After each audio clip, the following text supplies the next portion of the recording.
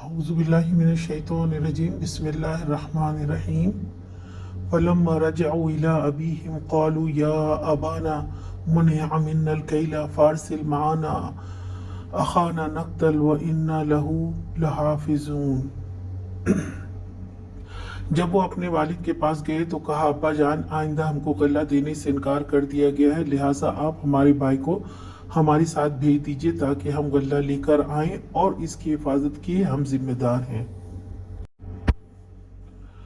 اب یوسف علیہ السلام کے بھائی اپنے غلے کے ساتھ اپنے گھر پہنچے اور والد سے کہا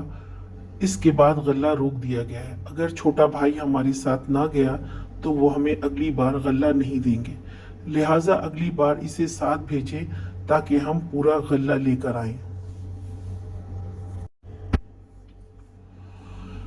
یہاں انہوں نے ساتھ ہی وہی جملہ دہرایا جو یوسف علیہ السلام کے بارے میں کہا تھا کہ اب ہم اس کی دیکھ بھال کریں گے، اگرچہ پہلے بھی دعویٰ کیا تھا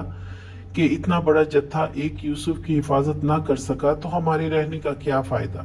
مگر اس بار صرف دعویٰ نہ تھا بلکہ اس بار وہ اناج کی غرض سے ساتھ لے جانا چاہتے تھے،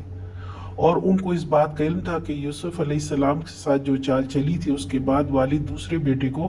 ہرگز نہیں بھیجیں گے، اس لیے ساتھ ہی کہہ دیا کہ ہم اس کی حفاظت کریں گے، یہ ہماری ذمہ داری ہے۔ آج کا سوال، واپس آ کر بھائیوں نے اپنے والد کو کیا بتایا؟